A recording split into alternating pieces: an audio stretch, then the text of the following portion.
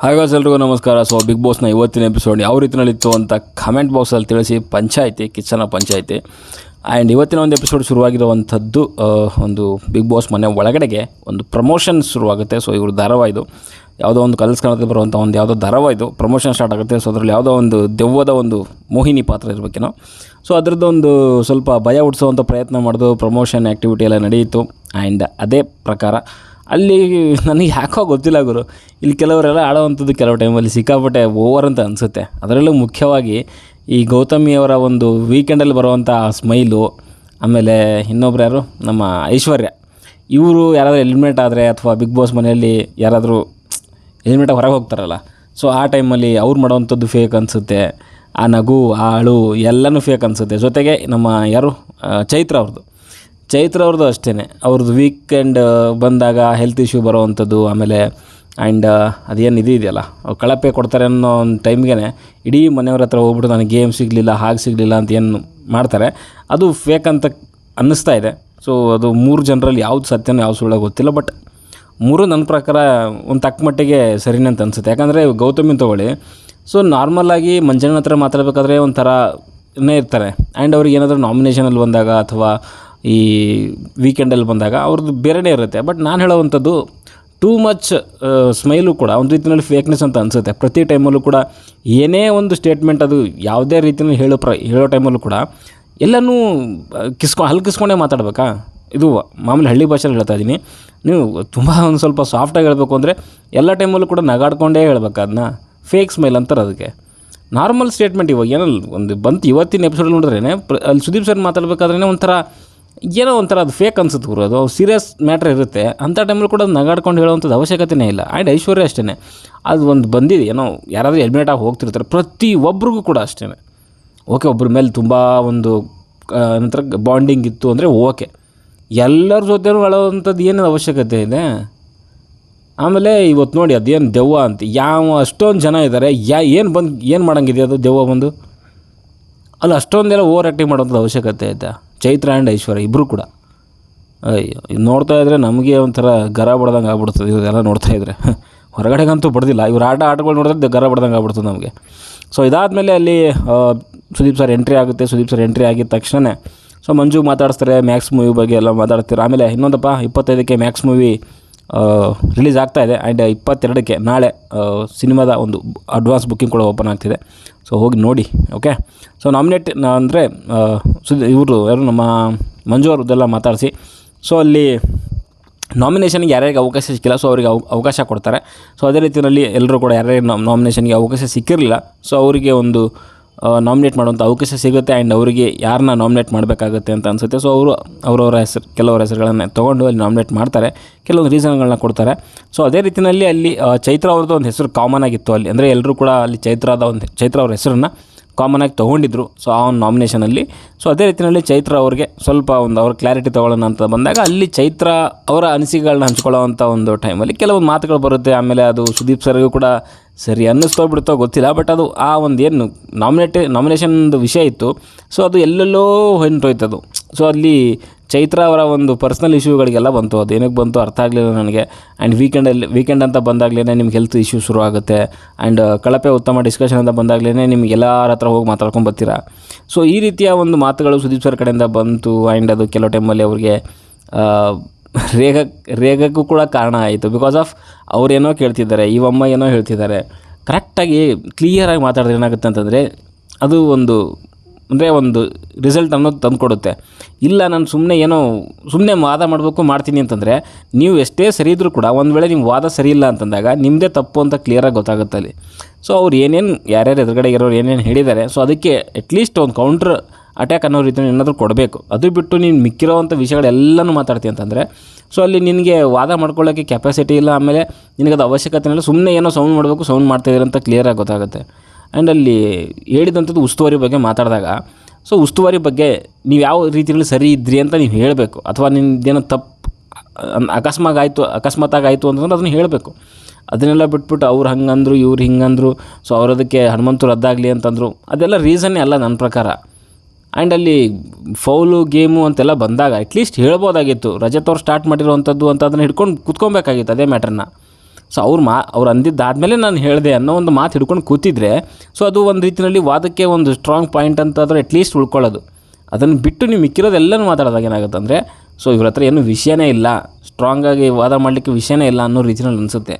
ಕರೆಕ್ಟಾಗಿ ಅಲ್ಲಿ ಏನು ನಾಮಿನೇಟ್ ಮಾಡಲಿಕ್ಕೆ ಬಂದರೂ ಅಲ್ಲಿ ಹೇಳಿದಂಥದ್ದು ಮಾತುಗಳನ್ನ ನೀಟಾಗಿ ಹೇಳ್ಬೋದಾಗಿತ್ತು, ಬಟ್ ಹೇಳಿಲ್ಲ. ಸೊ ಅದು ಒಂದು ರೀತಿಯಲ್ಲಿ ಚೈತ್ರ ವರ್ಸಸ್ ಸುದೀಪ್ ಸರ್ ಅನ್ನೋ ರೀತಿಯಲ್ಲಿ ಆಗೋಯ್ತದು.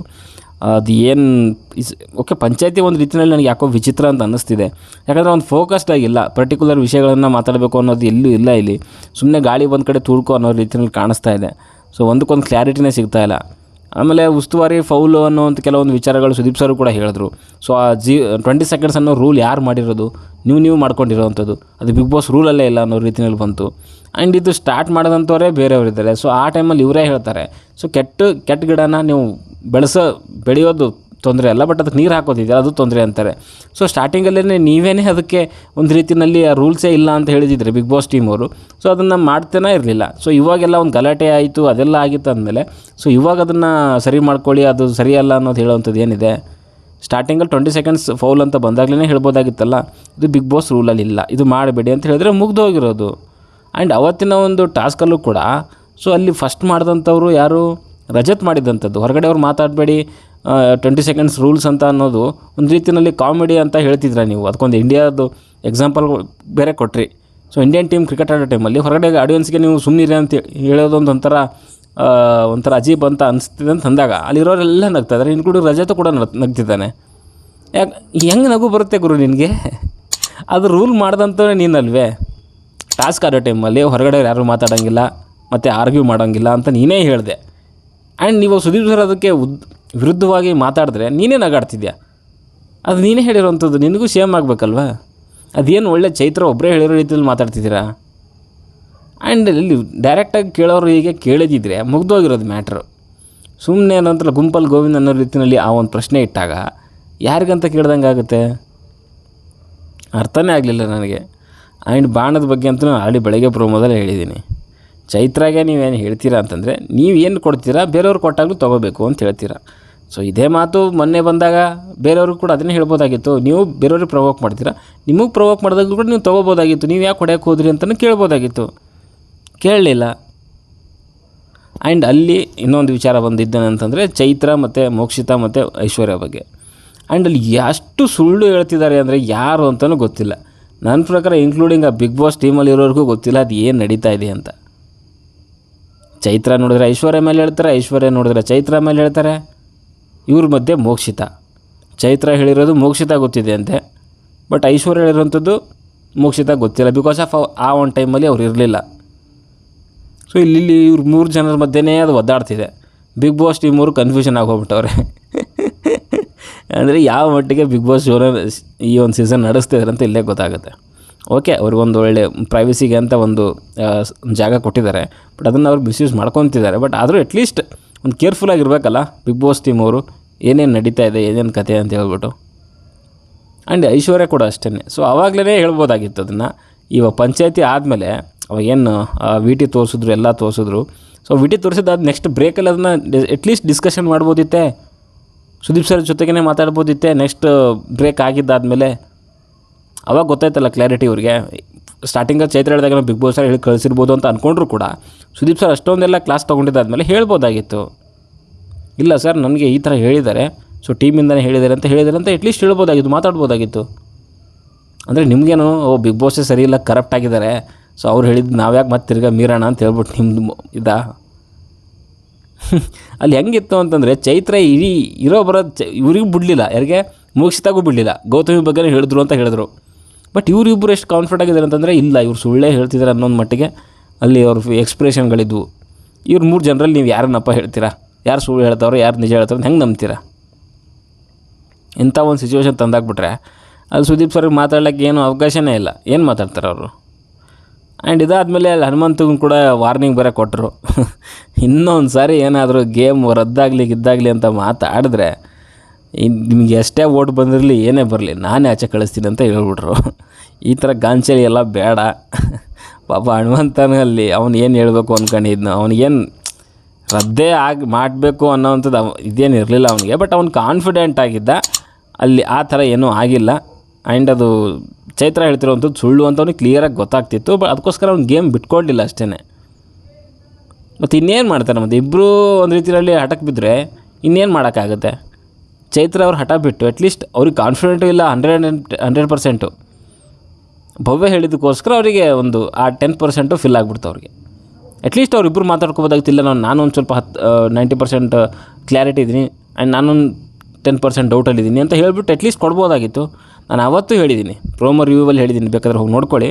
ಆ ಗೇಮ್ ಆಗಿದ್ದಾದ್ಮೇಲೆ ನನಗೆ ಅನ್ನಿಸ್ತಿದೆ 90%. ಸೊ ಈ ರಜಾ ಟೀಮ್ ಅವರು ಕರೆಕ್ಟಾಗಿದ್ದಾರೆ ಅಂತ. ಬಟ್ ಹೊರಗಡೆ ಕೂತಿರೋರಿಗೆ ನಾನೊಂದು ಅಟ್ಲೀಸ್ಟ್ 90% ಗೆಸ್ ಮಾಡಿದ್ದೀನಿ. ಅಲ್ಲಿರೋರಿಗೆ ಅಷ್ಟು ಇದು ಮಾಡಲಿಕ್ಕಾಗಲ್ವಾ? ಮತ್ತು ಇಲ್ಲಿ ಹನುಮಂತ್ ಇನ್ನೇನು ಮಾಡ್ತಾನೆ, ಬಿಟ್ಕೊಡ್ಬೇಕಾಗಿತ್ತು ಅವ್ನ ಕಣ್ಣೆದ ಕಡೆಗೆ ಔಟ್ ತಂಡನಾಗಿದ್ರೆ. ಅದರಲ್ಲಿ ಬೇರೆ ವಾರ್ನಿಂಗ್ ಬೇರೆ ಮಾಡ್ತೀರಾ, ಏನು ಮಾಡೋಕ್ಕಾಗುತ್ತೆ? ಅಲ್ಲೆಲ್ಲ ಕೆಲವ್ರಿಗೆ ಮಾತ್ರ ರೂಲ್ಸ್ಗಳು, ಇನ್ನು ಕೆಲವ್ರಿಗೆ ಏನೂ ಇಲ್ಲ. ಓಕೆ, ಸೊ ಇಷ್ಟಿತ್ತಪ್ಪ ಇವತ್ತಿನ ಒಂದು ಎಪಿಸೋಡ್. ಹೆಂಗಿತ್ತು ಅಂತಂದರೆ ನನ್ನ ರಿವ್ಯೂ ಹೆಂಗಿತ್ತಲ್ಲ, ಎಲ್ಲೆಲ್ಲೋ ಮ್ಯಾಟ್ರ್ಗಳು ಹೋಗ್ತಿದೆ, ಎಲ್ಲೆಲ್ಲೋ ವಿಷಯಗಳು ಹೋಗ್ತಿದೆ, ಒಂದಕ್ಕೊಂದು ಕಂಟಿನ್ಯೂಟಿನೇ ಇಲ್ಲಲ್ಲ. ಸೊ ಅದೇ ರೀತಿಯಲ್ಲಿ ಇವತ್ತಿನ ಒಂದು ಎಪಿಸೋಡ್ ಕೂಡ ಹಾಗೇ ಇತ್ತು. ಆಮೇಲೆ ಸ್ವಲ್ಪ ಏನೋ ಹೇಳಿದ್ರು ಸುದೀಪ್ ಸರ್ ಬೇರೆ, ಇಷ್ಟು ಸೀಸನ್ಗಳಲ್ಲಿ ಇವತ್ತೇ ನಾನು ಸ್ವಲ್ಪ ರ್ಯಾಶ್ ಆಗಿ ಹಂಗೆ ಹಿಂಗೆ ಮಾತಾಡಿದ್ದು ಅಂತ. ಹಂಗಿತ್ತು ಇವತ್ತಿನ ಎಪಿಸೋಡ್. ನಿಮ್ಗೇನು ಅನ್ಸೋದು ಕಮೆಂಟ್ ಬಾಕ್ಸಲ್ಲಿ ತಿಳಿಸಿ. ಒಟ್ಟಿನಲ್ಲಿ ಇವತ್ತು ಯಾರಿಗೂ ಕೂಡ ಸೇವ್ ಅಂತೂ ಮಾಡಲಿಲ್ಲ. ಸೊ ನಾಳೆ ಏನೋ ಗೊತ್ತಿಲ್ಲ, ಸೇವ್ ಮಾಡೋಕ್ಕೇನು ಯಾರು ನಾಮಿನೇಟ್ ಆಗಿದ್ದಾರೆ, ಬಟ್ ವೋಟಿಂಗ್ ಲೈನು ಓಪನ್ ಮಾಡಿರಲಿಲ್ಲ. ತ್ರಿವಿಕ್ರಮ್ಗೆ ನಾರ್ಮಲಿ ಲಾಸ್ಟ್ ಗಂಟೆ ತೊಗೊಂಬರ್ತಾರೆ. ಓಕೆ, ಯಾಕಂದರೆ ಅವರು ಸ್ವಲ್ಪ ಬಿಸಿ ಮುಟ್ಟಿಸ್ಬೇಕಲ್ಲ ಇವಾಗ. ಸೊ ಅವ್ರಿಗೆ ಕಾನ್ಫಿಡೆನ್ಸ್ ಇತ್ತು ಅಂತ ಅನಿಸುತ್ತೆ. ಸೊ ನಾನೇ ಒಂದು ರೀತಿಯಲ್ಲಿ ಏನಂತಾರೆ ಅದಕ್ಕೆ ಸೇವ್ ಆಗ್ತೀನಿ ಅನ್ನೋ ಒಂದು ಕಾನ್ಫಿಡೆಂಟ್ ಇತ್ತೇನೋ. ಸೊ ಅದನ್ನು ಸ್ವಲ್ಪ ಇವಾಗ ಕಾನ್ಫಿಡೆಂಟ್ನ ಸ್ವಲ್ಪ ಬ್ರೇಕ್ ಮಾಡೋವಂಥ ಒಂದು ಸಮಯ ಬಿಗ್ ಬಾಸ್ ಟೀಮ್ ಅವ್ರು ಮಾಡ್ತಾರೆ ಅಂತ ಹೇಳ್ತಾ ಸದ್ಯಕ್ಕೆ ಉಳಿದ್ರೆ ಅಷ್ಟೇ. ಮುಂದಿನ ದಿನದಲ್ಲಿ ಸಿಗೋವರೆಗೂ ಬಾಯ್.